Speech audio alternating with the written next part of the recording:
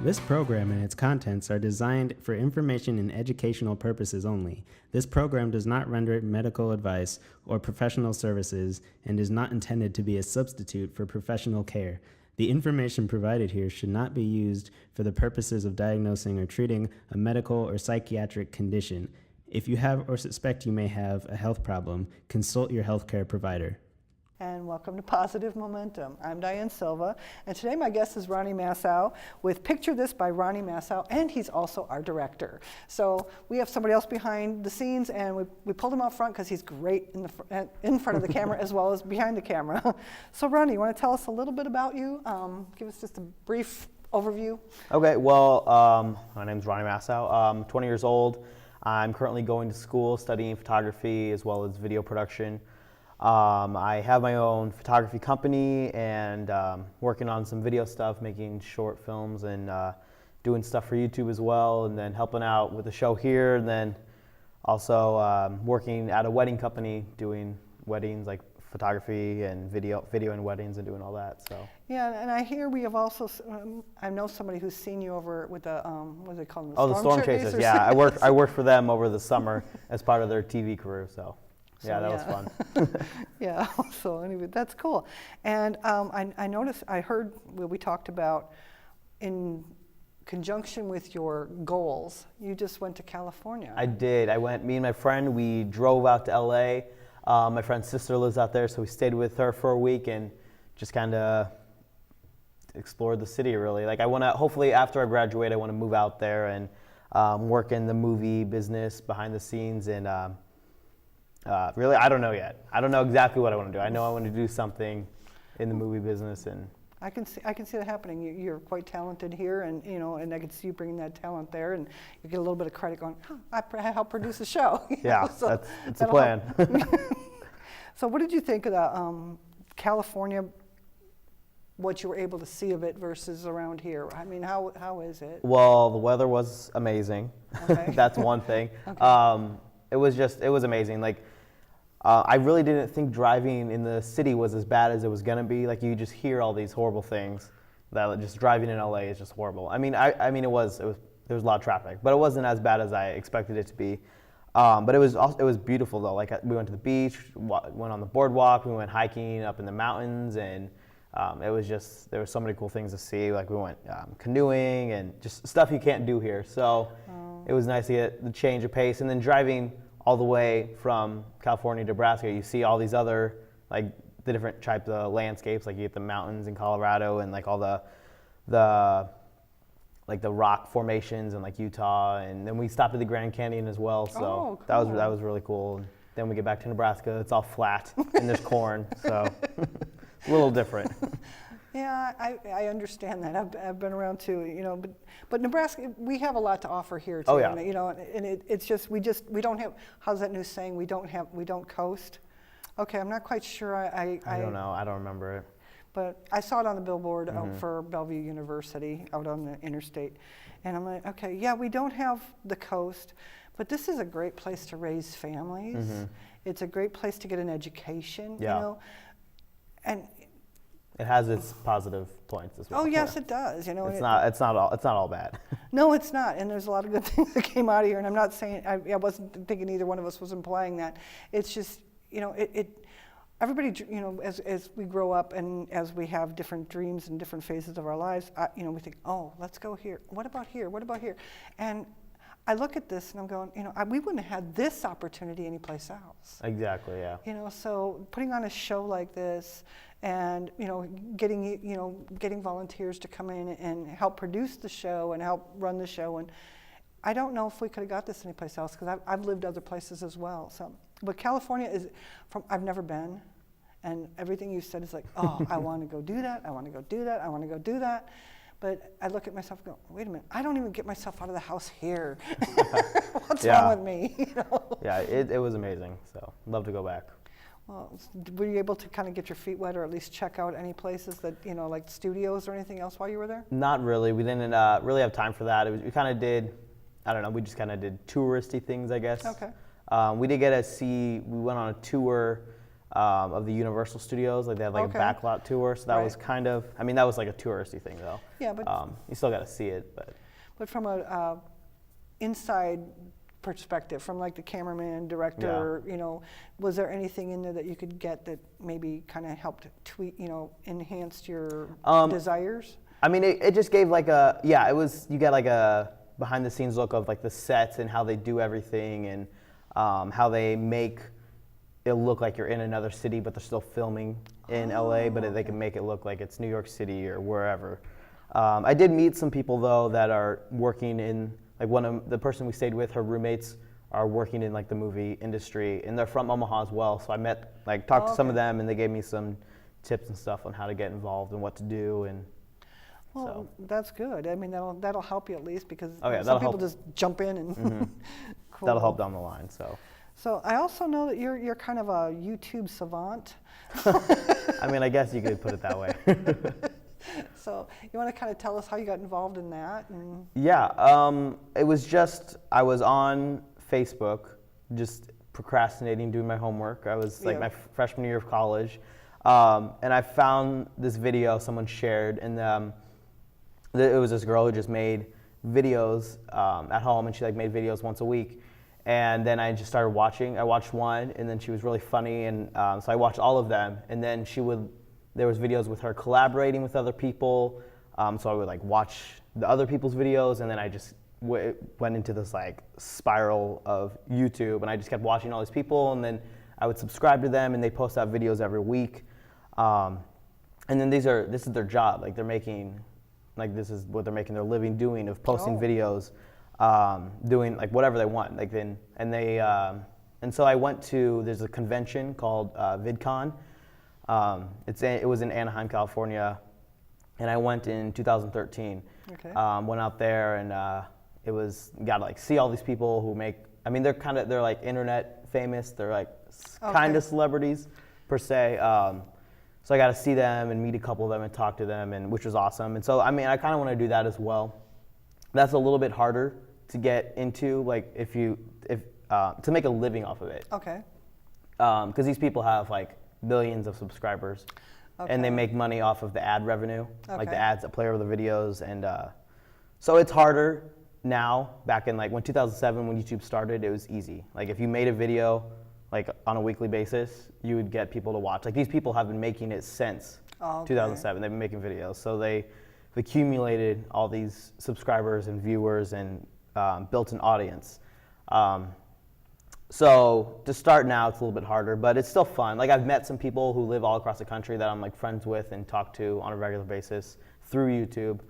But it's also interesting, like with YouTube, these people have made an audience, like a very loyal fan base. Like these content creators are becoming New York Times best-selling authors because they're writing books, and they have this huge audience, and these people will buy their books, or they're making songs, and these songs will get to the top of the Billboard charts because these people, their fans, will buy the song. So it's kind of like this new platform where you can do it on your own. You don't have to, like they have all the creative freedom that they want. They don't have any like higher ups telling them, oh, let's not do that. That's bad for like the image of the company, or like stuff, if you're doing stuff in mainstream, like TV or movie. These people can do whatever they want, and there's some people who go on tour and they do like comedy shows, and they sell out these big theaters, and there's this group of 3 girls who all have separate channels, but they're all really good friends. They made a movie together. Like one of them wrote a screenplay, and they got this company to direct it, and they made this movie, and people bought it. So it's just, with this, you can create this loyal fan base and pretty much do all these things that you otherwise really wouldn't be able to do without going through like a bigger company and like having someone sponsor you. So it's interesting to see how the YouTube world is going to progress. They're called YouTube networks. There's a couple of them. There's some big ones. One started back in like 2009, I think. It was just these 3 friends. They were all making stuff on their own channels. They were like, let's come together, and they all moved out to California, and they were like, let's come together and make videos together and get each other's audiences, basically. Like if you collaborate with another person, that person's audience will come over to your channel and watch your stuff. Gotcha. So it's a way to grow. Gotcha. And so they called it Maker Studios, and they have grown over the years into this huge company. And just a couple months ago, last spring, Disney bought the company for $500 million. Holy So moly. it shows that mainstream stuff like Disney is noticing that this is like a actual thing. Like this is like a real revenue stream. Yeah, it's there's profit to be made, Right. and it's YouTube isn't just videos of cats and people falling down. It's actual people are watching it more than they watch TV. Like the younger generation, like the preteen generation of right now, they're watching YouTube more than they watch TV. So Right. these companies are taking notice of that, and bigger companies will sponsor, like do product placements. Okay. Because if I'm watching someone, these people who are making the videos, they're pretty true to themselves. Like they're not gonna advertise something they don't believe in. They're not Right. gonna just sell out. So, but if there is something that they're advertising, their fan base will like go into it, maybe even buy it, look at what it is at least. So companies realize that they have this loyal fan base that will basically do whatever they say. So they realize okay, like gotcha. this is a great place to advertise, how to do this. So that's another way they make money. So it's very interesting. I'm interested to see what it's going to grow into, Yeah. because wow. there's also a lot of these creators are kind of moving into mainstream media as well. There's these two guys. Their channel's called the Fine Brothers. They're two brothers. They just took one of the shows and they are bringing it to Nickelodeon. Oh wow. Nickelodeon asked them to come on, and Nickelodeon they've done a lot with people on YouTube. Like some people have gotten movies that have aired on Nickelodeon, and so it's just interesting to see what's going to happen. And also one person who I watch, she just got a pilot that's going to air on the E network. She was on Chelsea Lately. Do you know Chelsea? Yes, I'm very familiar with Chelsea Lately. She had been on Chelsea Lately a couple times, because Chelsea Lately will like bring on a couple comedians, Right. and so she had got on there a On couple the times. round table or Yeah. whatever. Okay, gotcha. Not as a guest, but as a round table. Yeah. Yeah. So she has now got a pilot that's going to air on E. So, and if the pilot does well, then she'll get an actual show, which I'm assuming is going to do well because, like I said, the fan base will they'll watch it. Wow. So if somebody was just starting out, okay, or maybe people in your generation already get it, but people like me who's going, wow, how would you go about getting something on YouTube, and how would you go about getting a fan base? It's basically social media. I'm asking you social media 101. okay, yeah. Well, I mean, For dummies. it's very easy to get something on YouTube. You just have to make the video, and then you just make an account. And if you have a Gmail, like a Gmail account already, you basically already have a YouTube channel. You just have to set it up. Then you just upload it. But getting people to watch it, that's a harder thing. Okay. The best way that I have found is to like contact other people who are also creating videos. Like the way I've kind of, I'm still a very small channel, but the way I've grown is by collaborating with people who are at the same level as me. Okay. So then we both get each other's like viewers. And it's easy. Like you don't have to collaborate with someone in person. You can collaborate with people all over because it's the internet. So you can contact people anywhere. And excuse me. So I think that's the best way, but also sharing it on like my Facebook, then my friends and my family, they watched it and they would share it. That's a way to get it out there. So yeah. So you could help us maybe get the show on YouTube? Oh yeah, it's easy to put it up there. So. Well, I put one up there. I just can't find it. So we'll find it. We'll get it out there. we need our savant, our guru, our YouTube guru to be able to do that for us. So that's good. Oh, so as far as the way of social media, how is I know we're getting close to running out of time. So if you could give, we'll get back to social media another time. So if you could give somebody some information and some pointers, let's say they want to do the same thing you're doing. They want to kind of get into what would you tell them? Just do it, because that was like, you just have to do it. There's a lot of people who say like, oh, that'd be fun to do. I could do it, but then they just don't do it. Right. They just sit there, they watch people doing it, they're like, oh, I mean, that's going to be hard. Yeah, it is hard. It is hard to do it. It's hard to stay motivated.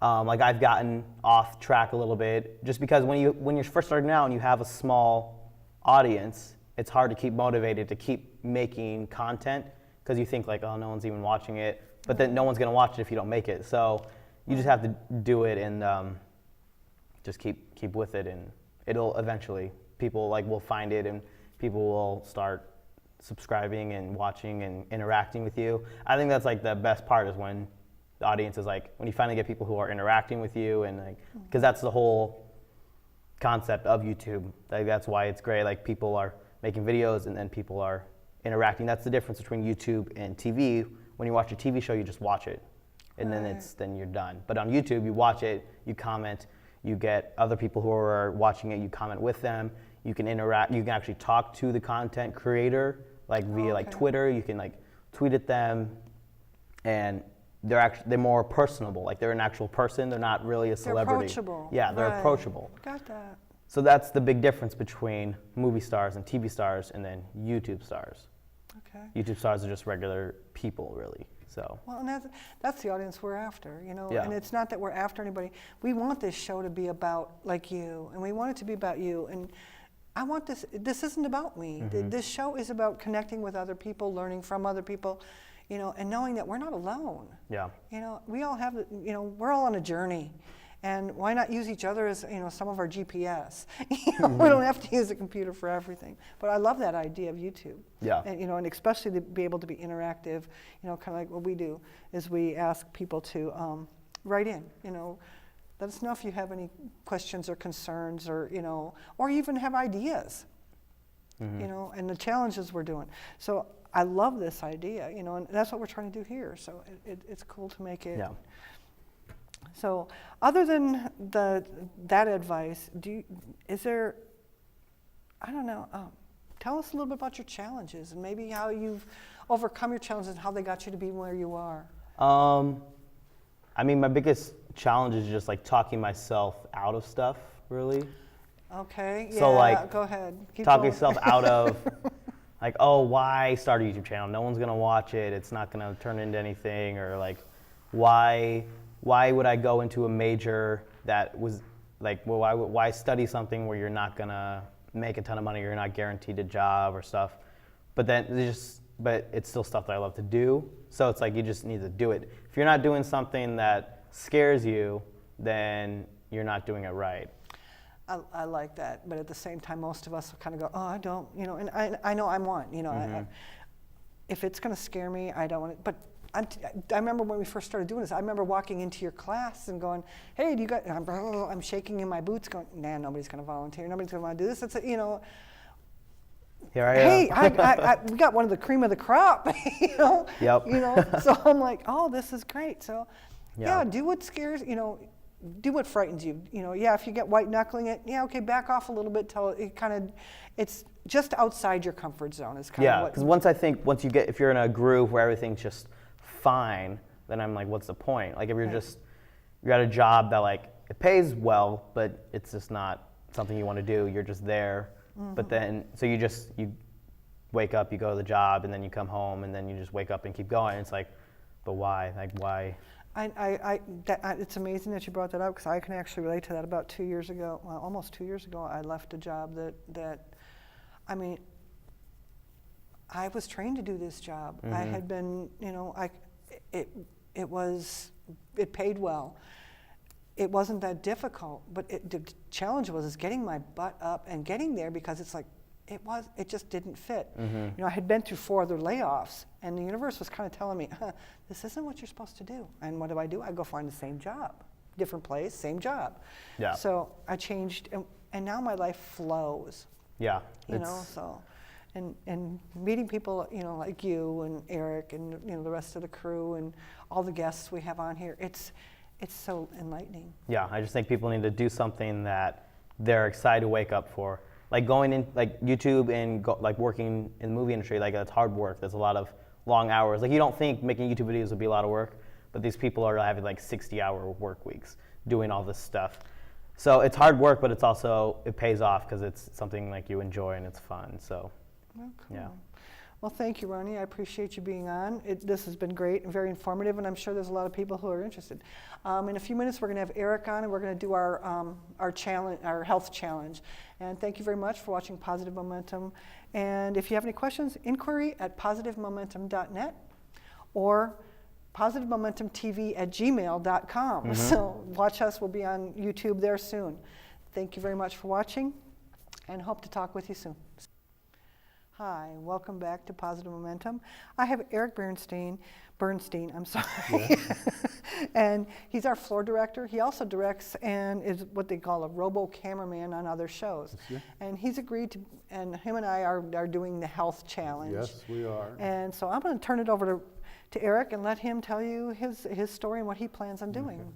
Well, as you can see, not only does Diane want to lose a certain portion of herself, but I am theoretically about twice the size that I should be. And so it has been a long, slow climb. This didn't happen all at once. It took place over 30 years, 5 pounds a year. And a lot of times you don't particularly look at yourself with a critical eye, so you don't realize that you're getting that bigger, yet you have a trail of clothes that are progressively getting larger and larger and larger. Now, when we were trying to do this a few weeks ago, I was talking about doing a certain type of a juice diet, which I've decided not to completely do that. I am using a more conventional method.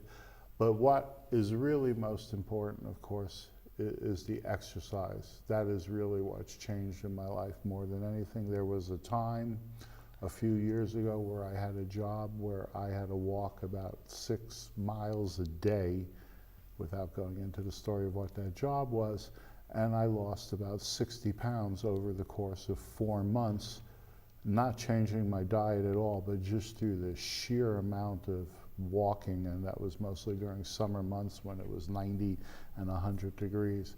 And so I'm trying to incorporate that in my life, not so much that many miles per day, but something every day. And you know, we got about a year to achieve about 100 pounds, and that is the goal. And I am stating it right here, and you see me, and I'm starting at 325, you know, and we'd like to get down to 225, and then eventually even less than that. Anything I can tell you about anything that you'd like to know, other than that's what it is I'm trying to do? No, I think whatever the challenge is, one of the things somebody brought up is, you know, some of us are maybe afraid, oh, we're going to fail or whatever. For me, what I would like to do is check in with you monthly. Sure. And it doesn't mean, okay, you know, so you didn't lose anything that Right. month. Okay, what happened? What were your challenges? Yes. How was, you know, because there's a lot of us doing the same thing. It's like, okay, you know, I start up on a great, oh, I'm going to do this, I'm determined, and then we realize, yeah, it's not as easy as, you know, we thought it was Sure. going to be.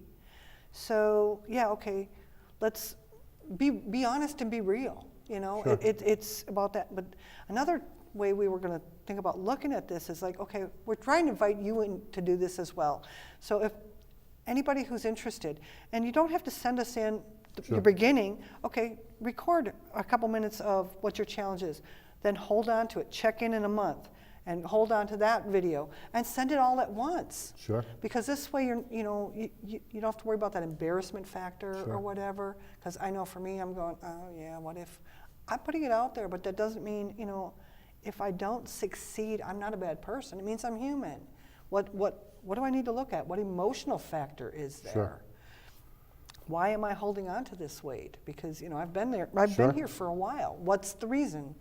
Why So- do we hold on to it? That is the question, ladies and Yes. gentlemen, because you can talk about it a lot. There have been times when you exercise discipline, it lasts a few days, maybe a week, maybe 2 weeks, but eventually something happens in life, you get derailed, and then the question is, do you bounce back or do you stay with the derailment and then say, oh, you know, I have no willpower, I can't handle it anymore. So that's what happens. You know, and I'm a hypnotherapist, so, you know, it should be I should be able to hypnotize myself or have somebody who can hypnotize me. And I've been able to do that to some degree, but there's still this underlying something we didn't hit.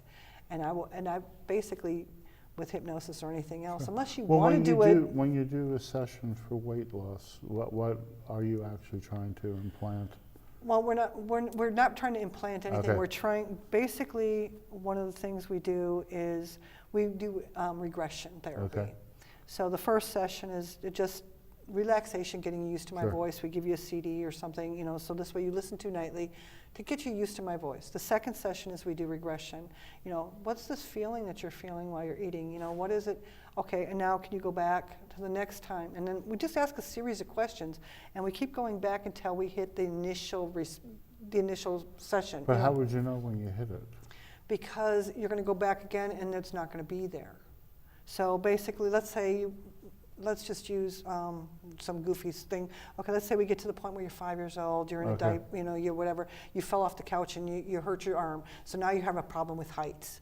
Okay, so then we take you back a day before that when you're fine, because that's what we'll do is we'll find out why that emotion disappears.